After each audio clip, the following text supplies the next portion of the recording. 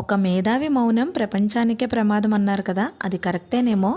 ఎందుకంటే భారతంలో భీష్ముడు చుట్టూ జరిగేవి తెలిసినా కూడా మౌనంగా ఉండబట్టే కదా కురుక్షేత్ర యుద్ధానికి దారితీసింది. అదేంటో తెలియదు విచిత్రం. పెన్లో ఉన్న ఇంకు చుక్క మౌనం పాటిస్తే సీసంలో ఉన్న మద్యం చుక్క రాజ్యం ఏలుతుందంట. మౌనంగా నిశ్శబ్దంగా ఉండాలి, కానీ దేన్ని గుడ్డిగా నమ్మకూడదు, గుడ్డిగా ఉండకూడదు. మౌనానికి అర్థం జరిగేది చూడటం లేదని కాదు, ఒక్కోసారి గమనించడం అనేది మాట్లాడడం కన్నా ఎక్కువగా బోధిస్తూ ఉంటుంది. మనం శబ్దాల కంటే మనశ్శాంతిని ఎంచుకోవాలి, కానీ మనం నిజాన్ని పట్టించుకోకుండా ఉండకూడదు. అజ్ఞానం వల్ల మన మౌనాన్ని విస్మరించకూడదు. మనం కేవలం మన శక్తిని మాత్రమే పొదుపు చేసుకుంటున్నాము, అదొక్కటే గమనించుకోవాలి.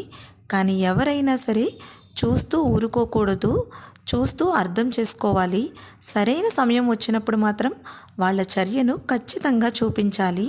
అంతేగాని ప్రతిదానికి మౌనం మాత్రం సమాధానం కాదు.